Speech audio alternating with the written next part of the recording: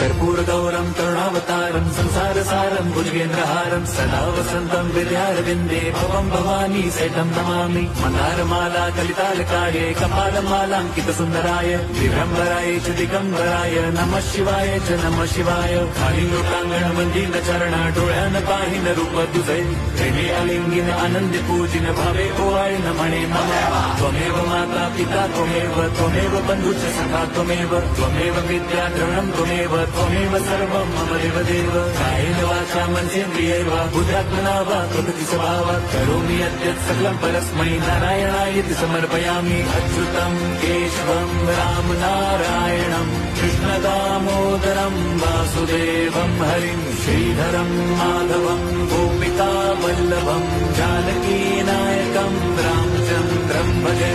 Hare Ram Ram Ram Hare Hare, Hare Krishna Hare